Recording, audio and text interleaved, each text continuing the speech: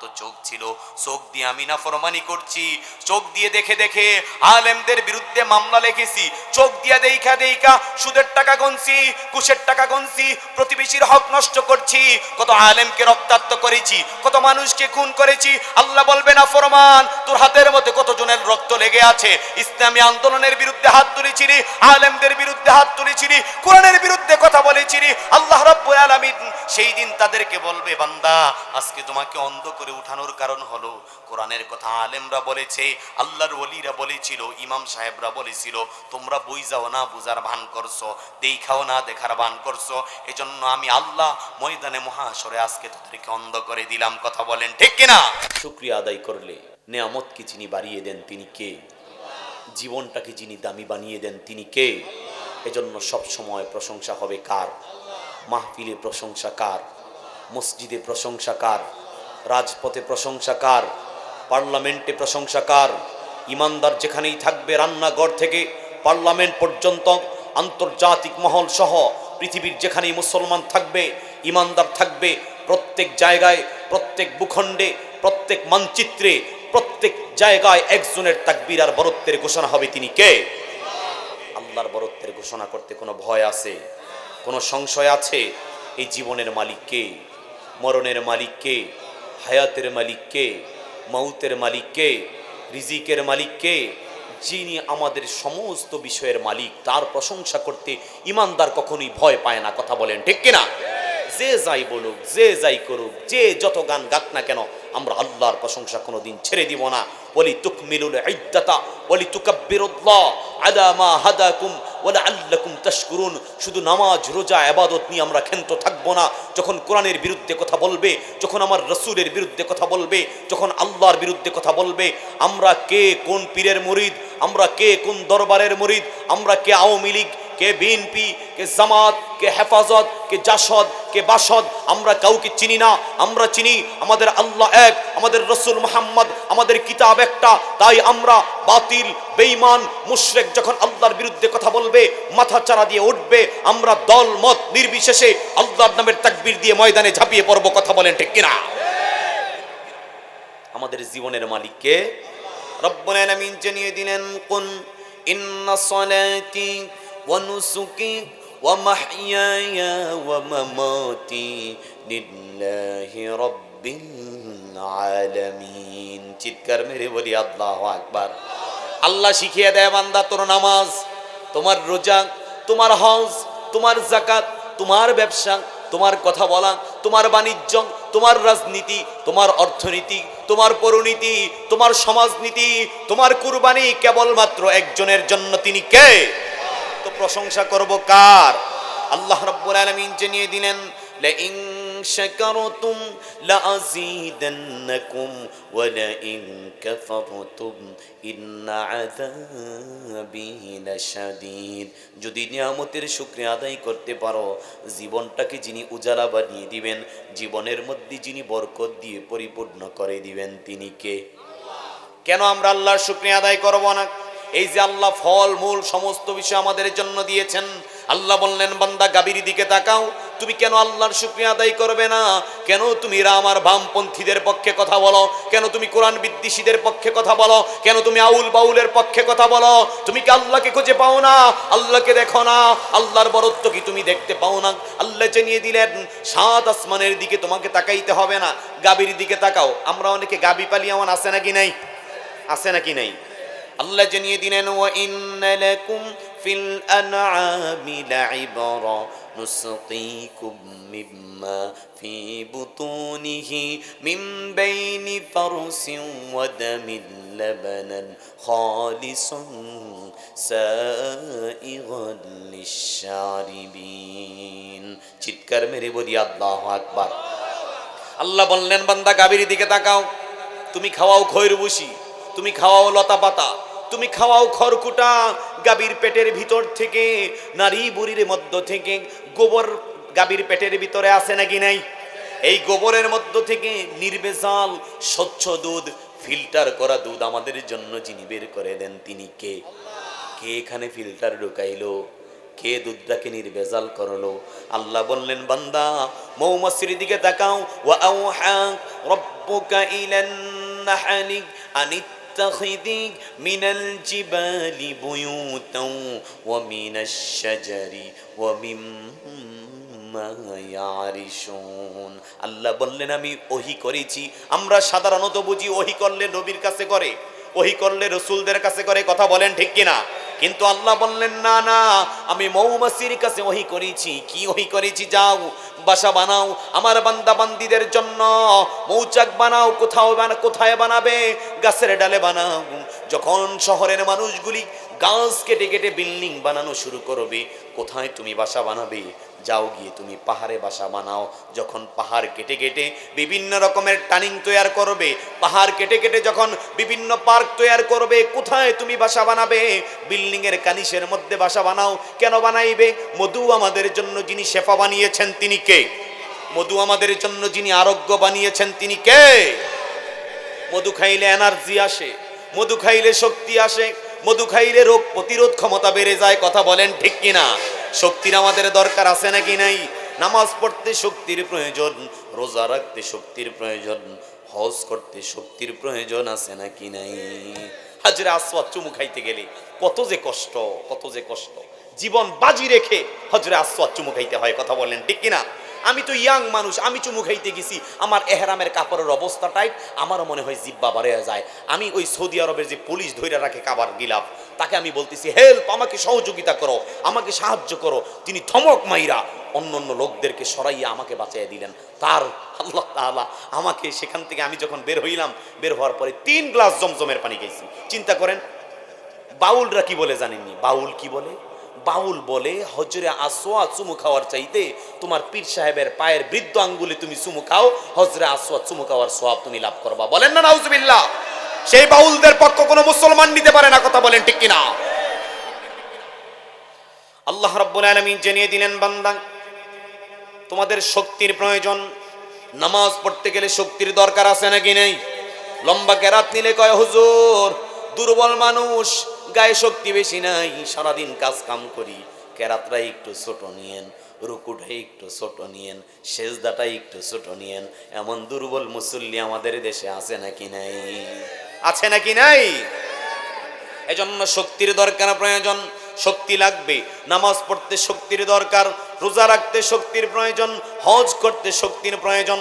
আবার যখন বাতিল, বেঈমান, মুশরিক, তাগুতার মুনাফিকের বাচ্চারা কোরআনের বিরুদ্ধে কথা বলবে, ইসলামের বিরুদ্ধে কথা বলবে, ওলিদের বিরুদ্ধে কথা বলবে, দিন কায়েমের বিরুদ্ধে কথা বলবে, ইসলামী আন্দোলনের বিরুদ্ধে কথা বলবে, বাউলার ফাউলেরা যখন আল্লাহর অস্তিত্ব নিয়ে টানাটানি করবে, আবুল সরকারের মতো বেয়াদব যখন আল্লাহর বিরুদ্ধে কথা বলবে, তখন ময়দানে তাকবীর দিয়ে ঝাঁপিয়ে পড়ার জন্য শক্তির দরকার আছে নাকি নাই? এই যে আল্লাহর নবী যুদ্ধের ময়দানে গিয়েছেন, বদর, উহুদ, খন্দক, খায়বারে গিয়েছেন, কাফের বেঈমান মুশরিকদের বিরুদ্ধে শক্তির দরকার আছে নাকি নাই? আল্লাহ রাব্বুল আলামিন মৌমাছিকে ওহী করার কথা বললেন। আল্লাহর নবী মুহাম্মদ সাল্লাল্লাহু আলাইহি ওয়াসাল্লাম বললেন, মধুর মধ্যে তোমাদের জন্য যিনি শেফা রেখে দিয়েছেন তিনি কে? হে বান্দা, কোন দিকে তাকাইবা? সব দিকে নিয়ামত কার? সব দিকেই নিয়ামত কার? আল্লাহ রাব্বুল আলামিন জন্য জানিয়ে দিলেন, ওয়া ইন তাউদ্দু নি'মাতাল্লাহি লা তুহসুহা। আল্লাহর নিয়ামতের গণনা করে পৃথিবীর বান্দা বান্দিরা কোনোদিন শেষ করতে। আল্লাহ রাব্বুল আলামিনের জন্য জানিয়ে দিলেন, কুল লাউ কানাল বাহরু মিদাদান লিকালিমাতি রাব্বি লানাফিদাল বাহরু ক্বাবলা আন তানফাদ কালিমাতু রাব্বি ওয়ালাউ জিনা বিমিসলিহি মাদাদা। চিৎকার মেরে বলি আল্লাহু আকবার।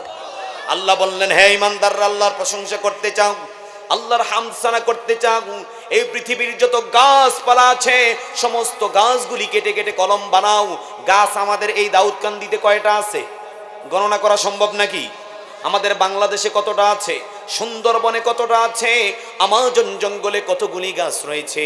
আল্লাহ বললেন পুরা পৃথিবীর সমস্ত গাছ কেটে কেটে কলম বানিয়ে নাও, আর আটলান্টিক মহাসাগর, আরব সাগর, বঙ্গোপসাগর সহ যত পৃথিবীর মহাসাগরগুলি আছে সমস্ত পানি দিয়ে যদি কালি বানিয়ে নাও, আল্লাহর বরত্ব, আল্লাহর হামদ, আল্লাহর সানা, আল্লাহর প্রশংসা লেখা যদি শুরু করে দাও, কলম শেষ হয়ে যাবে, কালি শেষ হয়ে যাবে, আমার আল্লাহর বরত্ব আর প্রশংসা করে কোনোদিন শেষ করা যাবে না। কথা বলেন ঠিক কিনা? এ বান্দা নিজের বডির দিকে তাকাও। হুয়াল্লাযী ইউসাউয়িরুকুম ফিল আরহামি কাইফা ইয়াশাউ লা ইলাহা ইল্লা হুয়াল আজিজুল হাকীম।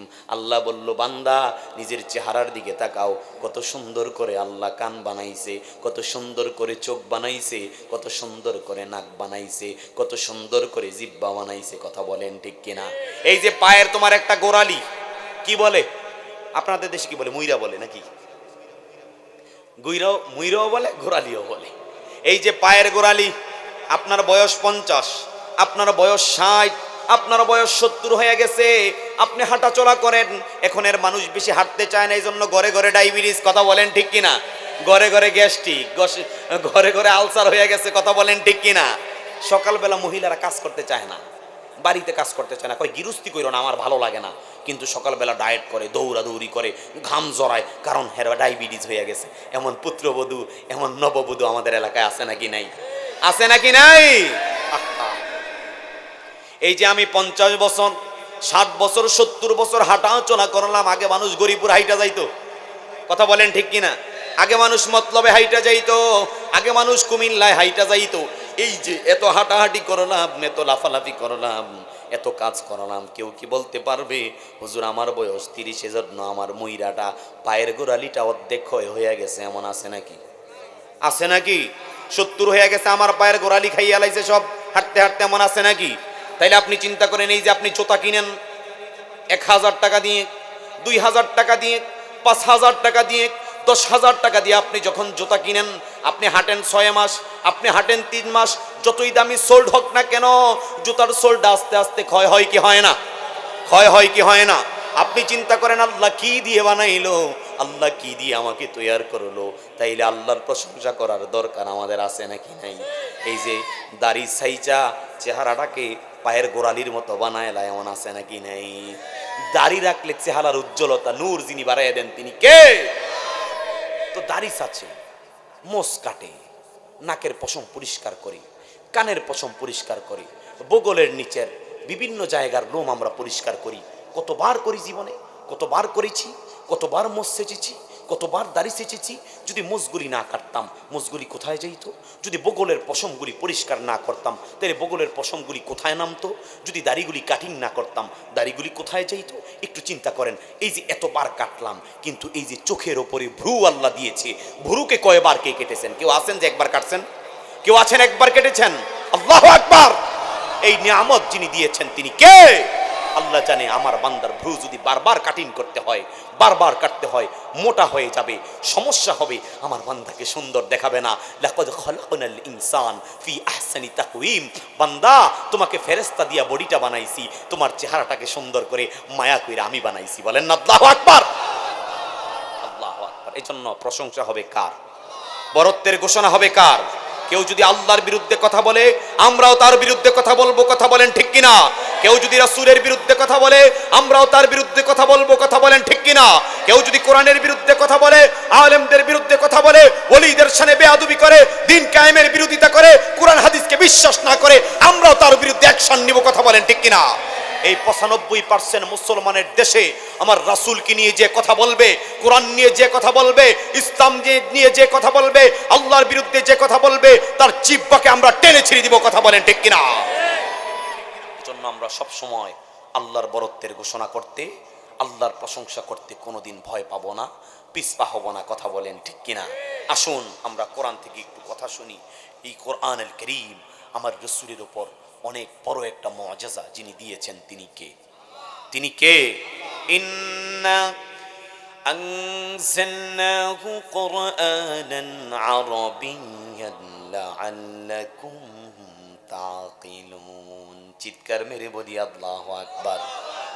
আল্লাহ রাব্বুল আলামিন এই কোরআন নাযিল করেছেন। এই কোরআনুল কারীম আল্লাহর নবীকে অনেকগুলি মুআজিজা আল্লাহ দিয়েছেন। অনেকগুলি মুআজিজার মধ্য থেকে সবচেয়ে দামি মুআজিজা হলো কোরআনুল কারীম। কথা বলেন ঠিক কিনা? কথা বলেন ঠিক কিনা? এক এক নবীকে নবুয়তের মিশন বাস্তবায়নের জন্য, আল্লাহর জমিনে দ্বীন কায়েমের জন্য, তাওহীদের পতাকাকে উড্ডীন করার জন্য যুগে যুগে নবী রাসূলকে যিনি পৃথিবীর জীবনে পাঠিয়েছেন তিনি কে? ওয়ালাকাদ বা'আসনা ফি কুল্লি উম্মাতির রাসূলান আন ইয়াবুদুল্লাহা ওয়াজতানিবুত তাগুত। আল্লাহ জানিয়ে দিলেন এমন কোন উম্মত নেই যেই উম্মতের কাছে আল্লাহ নবী রাসূল পাঠান নাই। বলেছেন কে?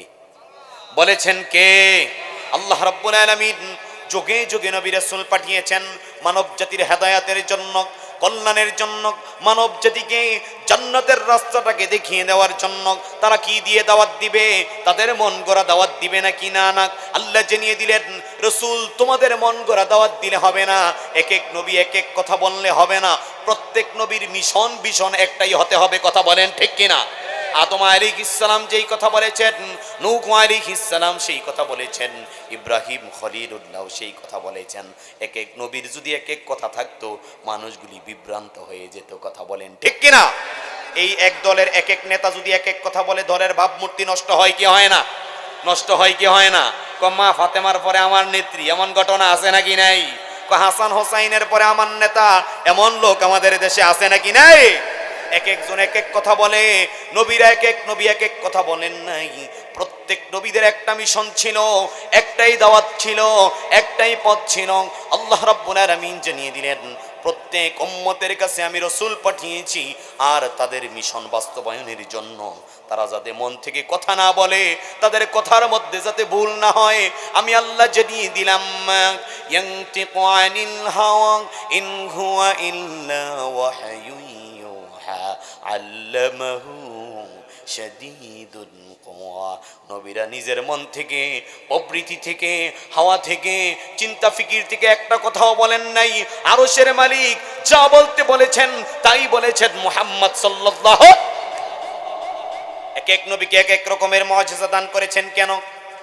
এই নবুয়তের মিশনকে বাস্তবায়নের জন্য, নবুয়তকে প্রকাশ করার জন্য আল্লাহ রাব্বুল আলামিন এক এক নবীকে এক এক রকমের মুআজিজা দান করলেন। ঈসা আলাইহিস সালামকে আল্লাহ একটা মুআজিজা দান করলেন। কোরআনুল কারীম সূরা আলে ইমরানের 49 নম্বর আয়াতুল কারীমার মধ্যে আল্লাহ জানিয়ে দিলেন ওয়া রাসূলান ইলা বানি ইসরাঈলা আন্নী ক্বাদ জিইতুকুম বিবাইয়িনাতিন মির রাব্বিকুম আন্নী আখলুকু লাকুম মিনাত তিনি কাহাইআতিত الطير فانفخ فيه فيكون طيرا بإذن الله وأبرئ الأكمه والأبرص وأحيي الموتى بإذن الله وأنبئكم بما تأكلون وما تدخرون الله أكبر আল্লাহ রাব্বুল আলামিন জানিয়ে দিলেন ঈসা আলাইহিস সালাম একজনের পক্ষ থেকে রাসূল। তিনি কে? তাকে যিনি রিসালাত দিয়েছেন তিনি কে? আল্লাহ রাব্বুল আলামিন জানিয়ে দিলেন ঈসা আলাইহিস সালামকে আল্লাহ একটা মুআজিজা দান করেছিলেন। তিনি বনি ইসরাঈলের নবী ছিলেন। আল্লাহ রাব্বুল আলামিন তাকে অন্যতম একটা মুআজিজা দান করেছিলেন। আন্নী আখলুকু লাকুম মিনাত তিনি কাহাইআতিত তায়রি ফানফুখু ফীহি ফায়াকুনু তায়রাম বিইذনিল্লাহ। তিনি যখন কাদামাটি দিয়ে পাখি বানাইতেন, কাদামাটি দিয়ে বিভিন্ন হাড়ি পাতিল বানায়, এমন কুমারী আমাদের দেশে আছে নাকি নাই? কুমার আছে নাকি নাই? বিভিন্ন পাতিলা বানায়। এখন হয়তো কইমা গেছে, এখন আমরা সিলভার, এখন আমরা মেলামাইন, বিভিন্ন রকমের থালাবাটি ইউজ করি, কিন্তু আগে মাটির জিনিসই বেশি ব্যবহার হতো। কথা বলেন ঠিক কিনা? মানুষ যত আধুনিক হচ্ছে, মানুষের রোগ ব্যারামগুলো তত বেশি আধুনিক হচ্ছে। কথা বলেন ঠিক কিনা? আল্লাহ রাব্বুল আলামিন ঈসা আলাইহিস সালামকে অন্যতম একটা মুআজিজা দান করেছিলেন। তিনি যখন মাটি দিয়ে পাখি বানাইতেন, পাখি বানাইয়া ফানফুখু ফীহি, যখন ওই মাটির পাখির মধ্যে ফুৎকার দিতেন, ফু দিতেন, ফুৎকার দেওয়ার সাথে সাথে আল্লাহর নাম নিয়ে যখন ফু দিতেন, ওই পাখিটাকে আকাশের মধ্যে যিনি উড়িয়ে দিতেন তিনি কে? বলেন না সুবহানাল্লাহ। এগুলি কি মুআজিজা? নবীদের গুলি হলো মুআজিজা, আর ওলিদের বেলায় হলো কারামত। ওলিদের গুলি হলো কি? কারামত। আমাদের কারামত আলী জনপুরি সাহেব ছিলেন না? আল্লাহ তাআলা হুজুরের কবরটাকে জান্নাতের বাগান বানিয়ে দেখ, বলি আমিন। ওলিদের কারামত আর নবীদের মুআজিজা দুটোটাই একজনের পক্ষ থেকে হয়। তিনি কে? তিনি কে? এটা বুঝিয়ে বলছি। বিষয়টা হচ্ছে এরকম, কোনোটাই নিজের পক্ষ থেকে হয় না। এক আল্লাহর ওলি এক নদী পার হচ্ছে, কোনো এক মাহফিলে যাচ্ছে, যাওয়ার পথে তার মুরিদানকে বলতেছে, সার্গিদ যারা ছিল তাদেরকে বলতেছে, আচ্ছা তোমরা যে আমাকে এত সম্মান দিয়ে, এত বাহবা দিয়ে, এত স্লোগান দিয়ে নিয়ে যাচ্ছ, এত আপ্যায়ন করে নিয়ে যাচ্ছ, আচ্ছা আমাকে কি দিয়ে খাওয়াবে? মুরিদানরা বলতেছে, হুজুর আপনি কি দিয়ে খাইতে চান, আমরা সেটাই চেষ্টা করব আপনাকে ব্যবস্থা করে খাওয়াইতে। হুজুরকে মোহাব্বত করে ভালোবাসে, এমন আছে নাকি নাই? বলতেছে, হুজুর বলতেছে ঠিক আছে, তাইলে আমি এই নদীর একটা পাঙ্গাস মাছ দিয়ে ভাত খাইতে চাই। মুরিদরা চিন্তায় পড়ে গেছে, আরে কিভাবে খাওয়ানো যায়, কিভাবে একটা পাঙ্গাস মাছ ধরা যায়। একটু পরেই দেখে একটা পাঙ্গাস মাছ নৌকার মধ্যে লাফ দিয়ে উঠে গেছে। আল্লাহু আকবার। মুরিদানরা খুশি, কয় পাইছি এতদিনে একটা পীর সাহেব, এতদিনে একটা হুজুর পাইছি, কারামাত জহের। হুজুরে কান্না শুরু করে দিয়েছে, হুজুর আপনি কান্দেন কেন, কান্না করেছেন কেন, ব্যাপারটা কি, আপনি কেন কান্না করছেন? আরে আমি যদি জানতাম আমার ডাকটা আল্লাহ এইভাবে কবুল করবে, আমি বলতাম আল্লাহ আমার জীবন যৌবনের তামাম গুনাহ খাতা তুমি মাফ করে দাও। সুবহানাল্লাহ। হুজুরেও জানে না, কিন্তু আল্লাহ তাআলা আল্লাহর বান্দাকে খুশি করে দিয়েছেন। এটা হলো কারামত। আর নবীদের বেলায় হলো মুআজিজা। নবী রাসূলদের কোনো যোগ্যতা নাই, কোনো পাওয়ার নাই যদি আল্লাহ তাআলা তাদেরকে পাওয়ার না দেন। কথা বলেন ঠিক কিনা? এমনি ভাবে ঈসা আলাইহিস সালামকে আল্লাহ মুআজিজা দিয়েছেন।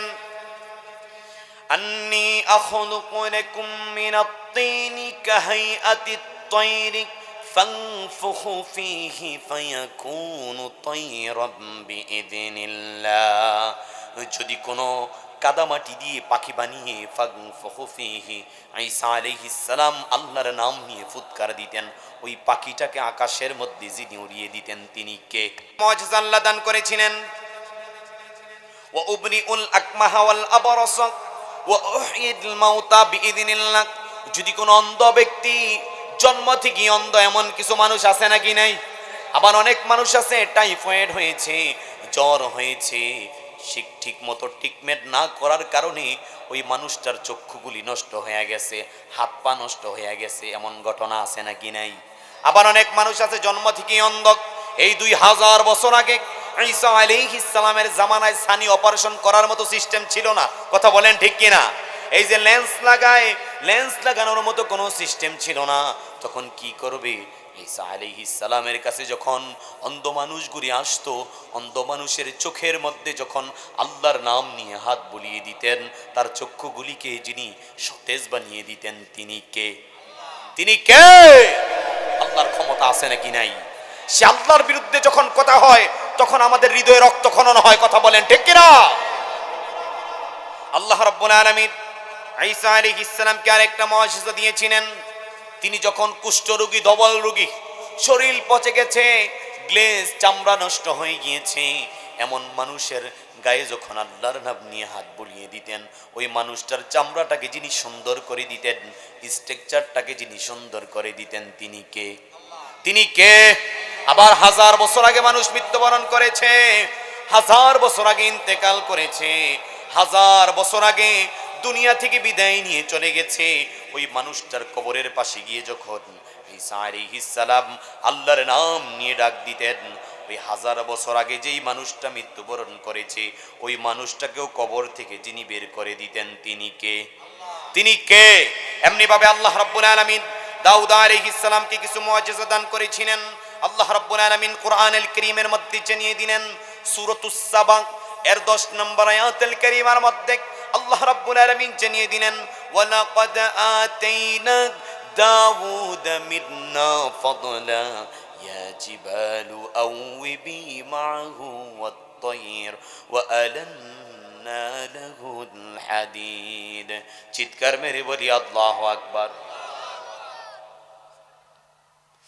আল্লাহ রাব্বুল আলামিন জানিয়ে দিলেন দাউদ আলাইহিস সালামকে আল্লাহ এমন মুআজিজা দান করেছিলেন, তিনি যখন তিলাওয়াত করতেন, জাবুর কিতাব যখন তিলাওয়াত করতেন, তখন নদীর মাছগুলি তার তিলাওয়াত শোনার জন্য চলে আসতো। বলেন না আল্লাহু আকবার। এমন মুজিজা দান করেছেন, তিনি যখন লোহার মধ্যে হাত দিতেন, ওই লোহাটাকে যিনি নরম করে দিতেন তিনি কে? তিনি চাইলে এটা দিয়ে শাবল বানাইতে পারতেন, তিনি চাইলে খন্তা বানাইতে পারতেন, তিনি চাইলে এটা দিয়ে কুড়াল বানাইতে পারতেন।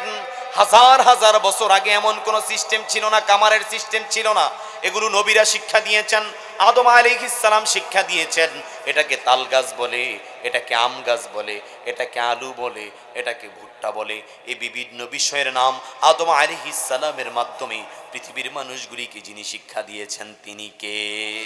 ফুটানি মারায়ও না, নবীদের মাধ্যমে পৃথিবীর মধ্যে সবকিছু বাস্তবায়ন হয়েছে। কথা বলেন ঠিক কিনা?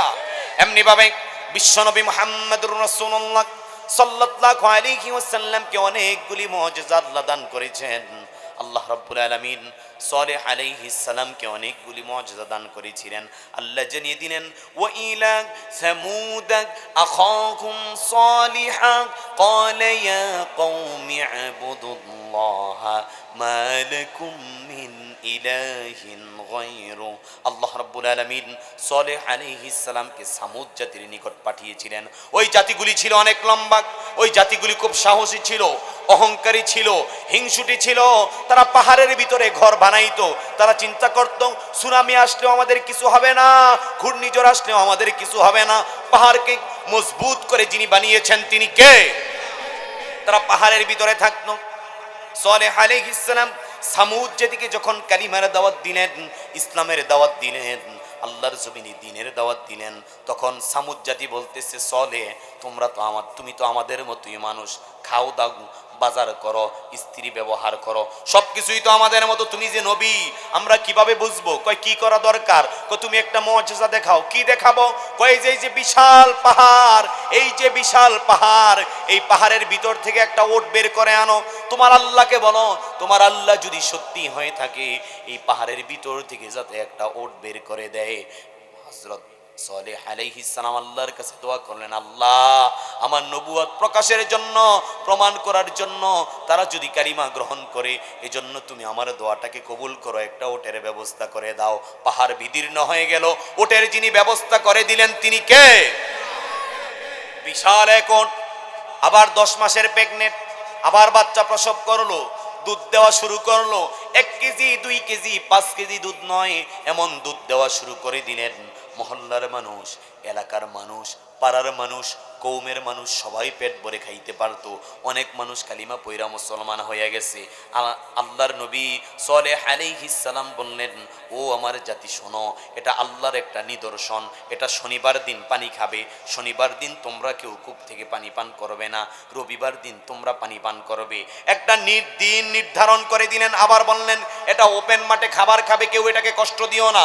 যদি কষ্ট দাও আল্লাহর পক্ষ থেকে আযাব তোমাদের জন্য চলে আসবে, আল্লাহর পক্ষ থেকে ভূমিকম্প চলে আসবে, আল্লাহর পক্ষ থেকে গজবের ব্যবস্থা হয়ে যাবে। খবরদার। কিছু মানুষ চেষ্টা করতেছে, কিরে আগে আমরা যতই খারাপ কথা বলছি, যতই আমরা সালেহ আলাইহিস সালামের বিরোধিতা করছি, সালেহ আলাইহিস সালাম আল্লাহর পক্ষ থেকে যে উটনি নিয়ে এসেছেন, সে উটনির দুধ পান কইরা এই মুজিজা দেইখা অনেক মানুষ কালিমা পড়ে মুসলমান হয়ে গেছে।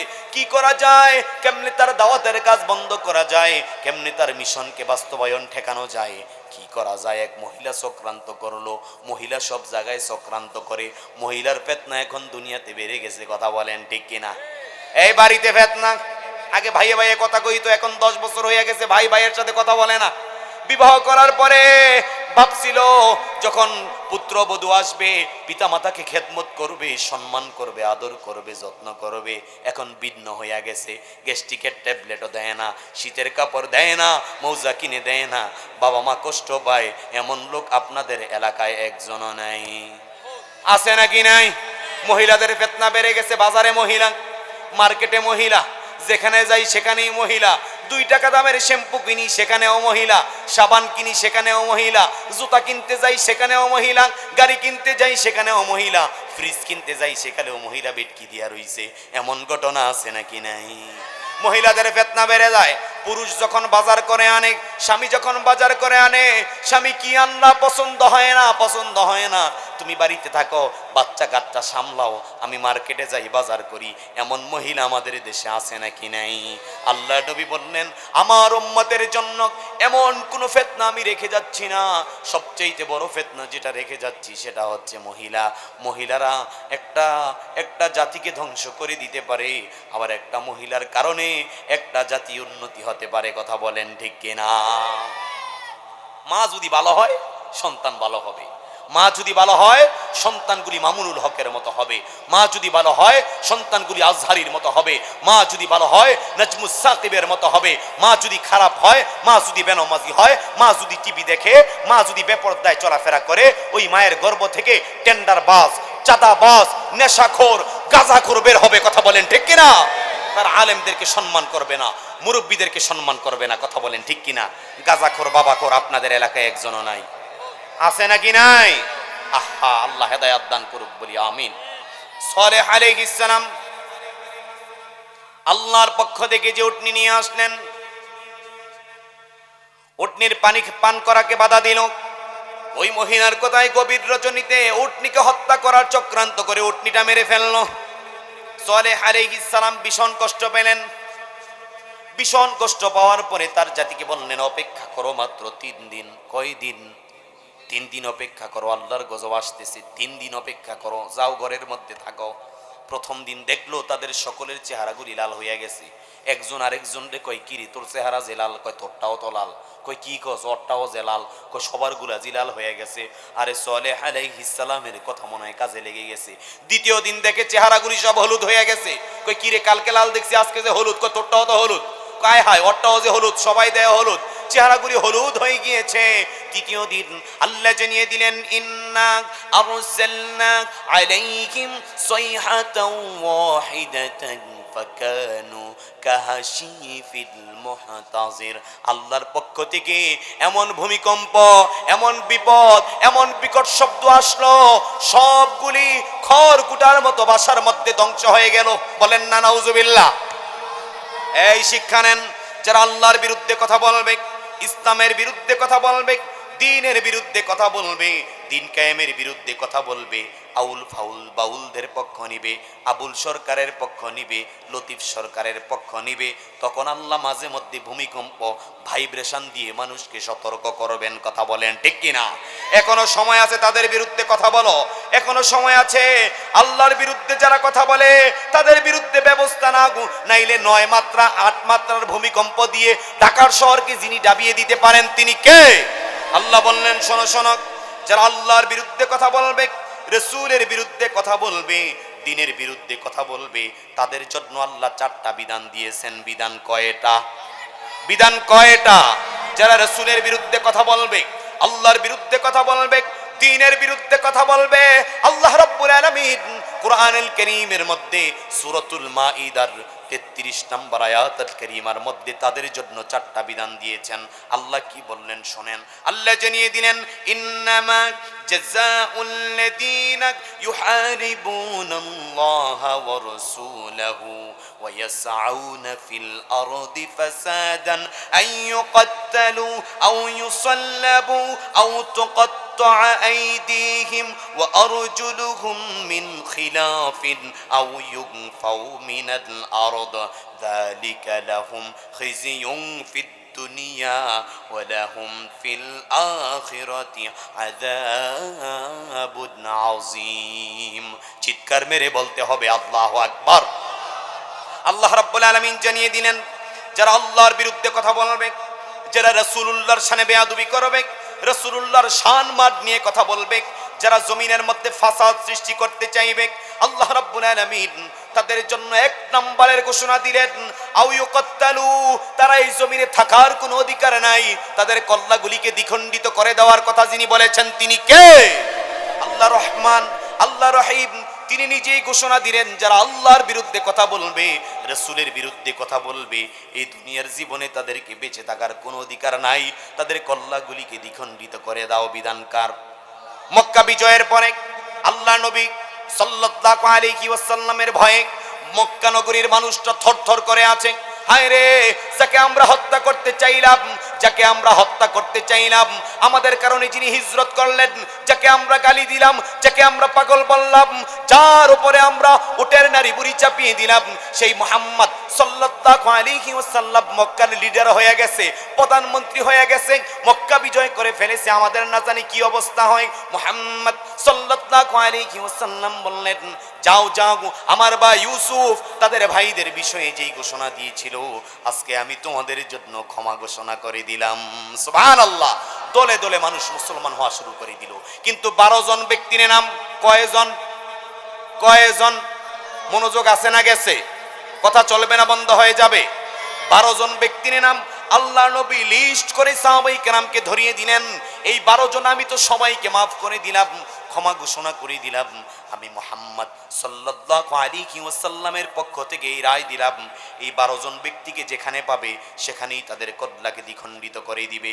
12 জন ব্যক্তি খুঁজতেছে সাহাবায়ে কেরাম, গিয়া দেখে ইবনে খতাল কাবার গিলাফ দইরা কান্নাকাটি করতেছে, হত্যা করা যায় কিন্তু হত্যা করে নাই।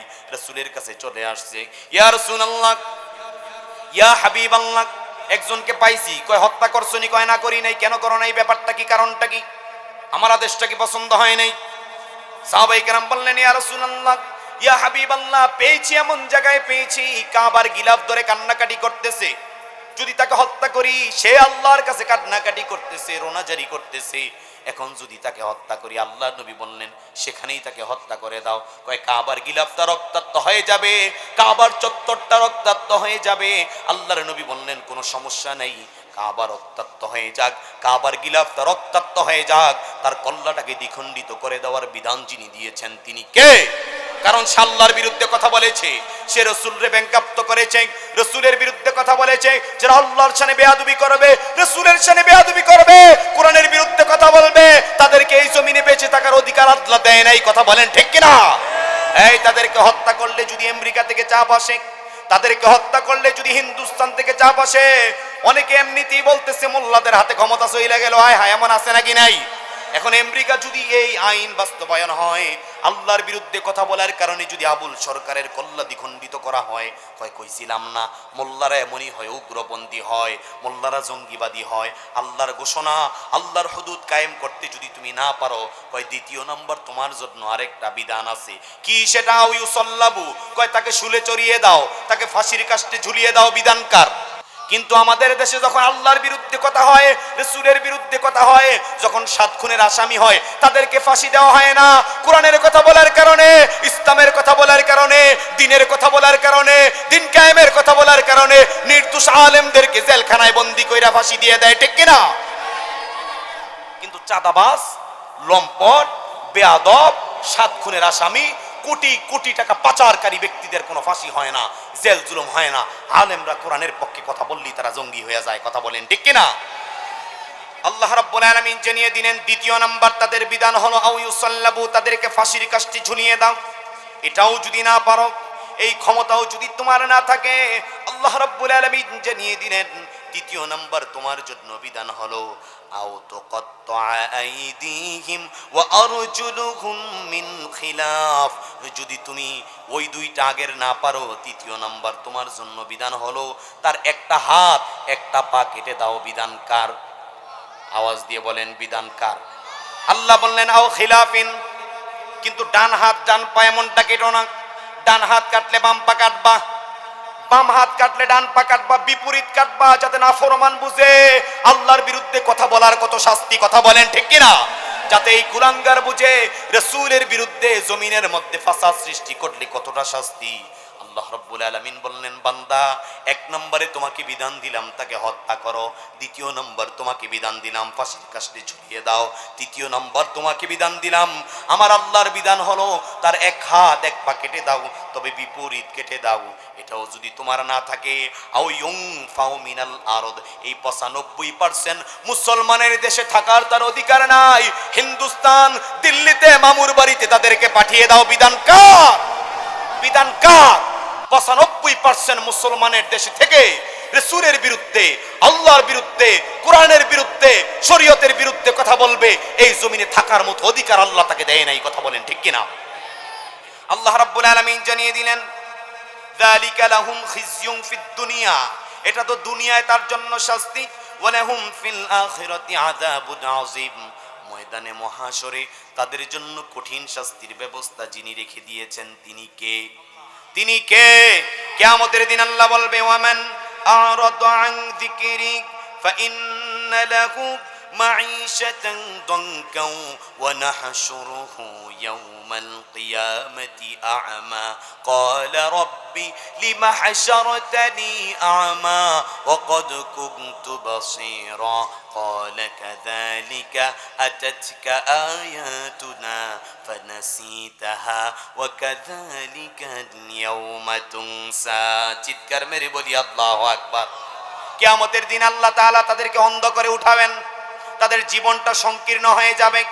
জীবনটা সংকীর্ণ মানে মুফাসসিরিনে কেরাম বলেছেন তাদের জীবনে হায় হায় থাকবে, ঘরে শান্তি নাই, বাড়িতে শান্তি নাই, ব্যবসায় শান্তি নাই, রাজনীতির মধ্যে শান্তি নাই, শুধু হায় হায় করে এমন কিছু মানুষ আছে নাকি নাই? আর কবরের জীবনে সংকীর্ণ হলো তাদের এক পাজরের হাড়গুলি অন্য পাজরের সাথে ঢুকিয়ে দেওয়া হবে। আর অন্ধকার কবর থেকে ময়দানে মহাশরে যখন তাদেরকে উঠানো হবে, অন্ধ অবস্থায় উঠানো হবে, আল্লাহকে বলবে আল্লাহ আমার তো চোখ ছিল, চোখ দিয়ে আমি নাফরমানি করছি, চোখ দিয়ে দেখে দেখে আলেমদের বিরুদ্ধে মামলা লিখেছি, চোখ দিয়ে দেখা সুদের টাকা গুনছি, ঘুষের টাকা গুনছি, প্রতিবেশীর হক নষ্ট করছি, কত আলেমকে রক্তাক্ত করেছি, কত মানুষকে খুন করেছি। আল্লাহ বলবে না ফরমান তোর হাতের মধ্যে কতজনের রক্ত লেগে আছে, ইসলামী আন্দোলনের বিরুদ্ধে হাত তুলেছিলি, আলেমদের বিরুদ্ধে হাত তুলেছিলি, কোরআনের বিরুদ্ধে কথা বলেছিলি। আল্লাহ রাব্বুল আলামিন সেই দিন তাদেরকে বলবে বান্দা আজকে তোমাকে অন্ধ করে উঠানোর কারণ হলো কোরআনের কথা আলেমরা বলেছে, আল্লাহর ওলিরা বলেছিল, ইমাম সাহেবরা বলেছিল, তোমরা বুঝাও না বুঝার ভান করছো, দেখাও না দেখার ভান করছো, এজন্য আমি আল্লাহ ময়দানে মহাশরে আজকে তাদেরকে অন্ধ করে দিলাম। কথা বলেন ঠিক কিনা? এজন্য এ টু জেড কমপ্লিট। রাসূলকে মানার দরকার আছে নাকি নাই? কোরআনকে মানার দরকার আমাদের আছে নাকি নাই? আল্লাহর নবী মুহাম্মদ সাল্লাল্লাহু আলাইহি ওয়াসাল্লামকে আল্লাহ অনেকগুলি মুআজিজা দিয়েছেন, তন্মধ্য থেকে সবচেয়ে দামি মুআজিজা কোরআনুল কারীম আল্লাহ বিশ্ব নবীকে দান করেছেন। সমস্ত নবীরা চলে গেছেন, সমস্ত নবীদের মুআজিজা চলে গেছে, শেষ হয়ে গেছে, কিন্তু কোরআনের মুআজিজা এখনো আছে। কিয়ামত পর্যন্ত কোরআনের মুআজিজা থাকবে। কথা বলেন ঠিক কিনা? এই কোরআনকে ব্যক্তি জীবনে কাজে লাগাও, পারিবারিক জীবন, সামাজিক জীবন, অর্থনৈতিক জীবন, রাজনৈতিক আর আন্তর্জাতিক জীবনে যদি কোরআনকে অনুকরণ করতে পারি, এই রাষ্ট্রটাকে মদিনাতুল মুনাওয়ারার মতো যিনি দামি বানিয়ে দিবেন তিনি কে? তিনি কে? এই কোরআন মানার দরকার আছে নাকি নাই? কোরআন মানার দরকার আমাদের আছে নাকি নাই? আল্লাহ তাআলা আমাদেরকে কোরআন মেনে কবরে যাওয়ার তৌফিক দান করুক, বলি আমিন। এই মুআজিজা এখনো আছে, কিয়ামত পর্যন্ত থাকবে। আল্লাহ তাআলা এই মুআজিজার উপর আমাদেরকে পরিপূর্ণ ঈমান বিশ্বাস রাখার তৌফিক দান করুক, বলি আমিন। কারণ আল্লাহর নবী বিদায় হজের ভাষণে মিনায়, মুজদালিফায়, আরাফার ময়দানে একটা কথাই বলেছেন, তারাকতু ফীকুম আমরাইন লান তাদিল্লু মা তামাসসাকতুম বিহিমা কিতাবাল্লাহ ওয়া সুন্নাতা রাসূলিহি। ও আমার সাহাবীরা, আমি দুইটা জিনিস তোমাদের কাছে রেখে যাচ্ছি, একটা হলো কিতাবাল্লাহ আর একটা হলো ওয়া সুন্নাতা রাসূলিহি। যতক্ষণ পর্যন্ত তোমরা আঁকড়ে ধরবে, পদচ্যুত হবে না, পদস্থলিত হবে না, বাতিল, বেঈমান, মুশরিক, মুনাফিক, তাগুতের বাচ্চারা তোমাদের উপর কর্তৃত্ব করবে না। তোমরা উমরের মতো হবে, তোমরা রুটি বিতরণ করবে, রুটির জন্য হাত পেতে থাকতে হবে না। কথা বলেন ঠিক কিনা? এজন্য কোরআন মানার দরকার আমাদের আছে নাকি নাই? কোরআন ওয়ালাদের সাথে থাকার দরকার আছে নাকি নাই? কোরআনের পক্ষে কথা বলার দরকার আমাদের আছে নাকি নাই? আল্লাহ আমাদেরকে বুঝার আমল করার তৌফিক দান করুক, বলি আমিন।